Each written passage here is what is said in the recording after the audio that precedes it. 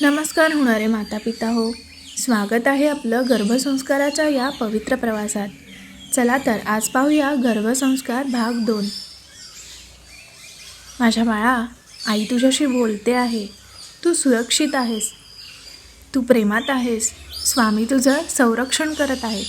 श्री स्वामी समर्थ.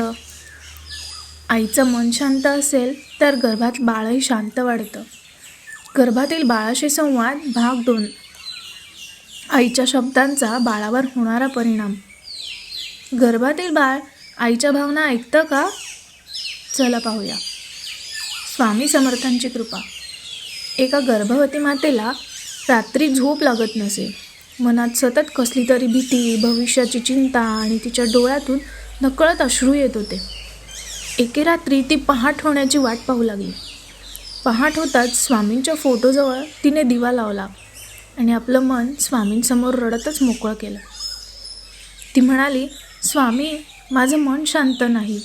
कृपा करा, माझ्या बाळावर याचा काही परिणाम होऊ नये आणि ते पुन्हा आपले नियमित काम करू लागले. त्या रात्री तिला झोप लागली आणि स्वप्न पडलं. स्वामी हसत उभे होते.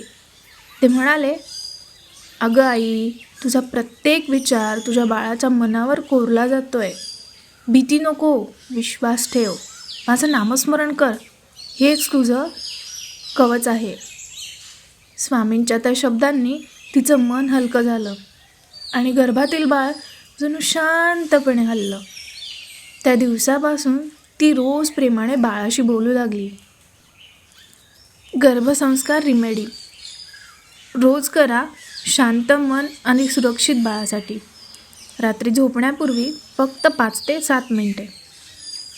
आपला उजवा हात पोटावर ठेवा, डोळे बंद करा आणि 11 वेळा श्री स्वामी समर्थ असं हळू आवाजात म्हणा.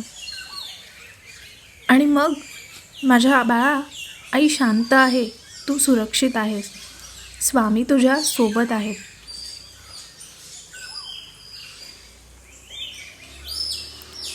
ही गर्भसंस्कार कथा प्रत्येक गर्भवती आईसाठी आहे. स्वामींच्या कृपेने आई आणि बाळ दोघेही सुरक्षित राहो. श्री स्वामी समर्थ.